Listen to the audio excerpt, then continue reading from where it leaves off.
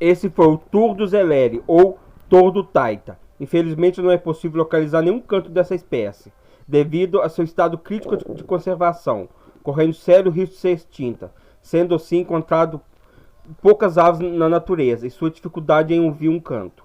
O Turdus zeleri é uma espécie localizada no Quênia, possui em torno de 20 a 22 centímetros de comprimento e sua alimentação é a mesma dos sabiás, sendo alimentado de frutas, insetos e invertebrados. Até a próxima, tchau, tchau.